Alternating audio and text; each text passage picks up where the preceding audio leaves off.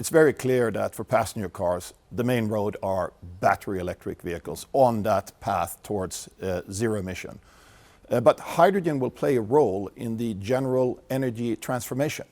So as we move away from fossils and we seek new storage mediums for energy, it's obvious that hydrogen will be one of them. So it's going to be used in industry. For instance, for steelmaking, we are now sourcing CO2 reduced or even CO2 free steel in the future, where hydrogen plays a role. And also our friends at the Daimler Truck division, which is a separate company now, they are working on hydrogen drive for heavy trucks, where maybe that is the crossover where this technology makes more sense at this stage. How critical is it for Mercedes to hang on to the high-end part of the Chinese market when it comes to selling luxury vehicles in China, when it comes to weathering the particularly tricky financial seas that we're seeing in Germany at the moment?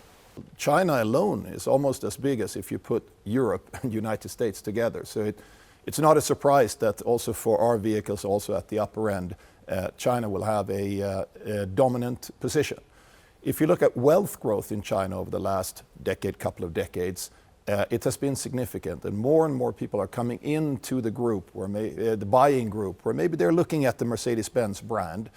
So in spite of maybe some short-term, a little bit slower growth, in the long term, with the denominator being as big as it is, even at slower growth rates, China in absolute economic terms remains a dominating force that is important for us.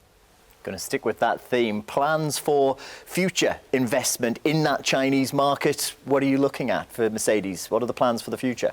We have, particularly in the last 12 months, doubled down on research and development.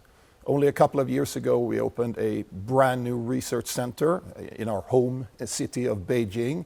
But we added another digital hub in Shanghai a little over 12 months ago and hired several hundred talented engineers, software engineers, digital engineers to really push innovation forward. It is such a dynamic innovation environment in China at the moment, and we want to tap into that.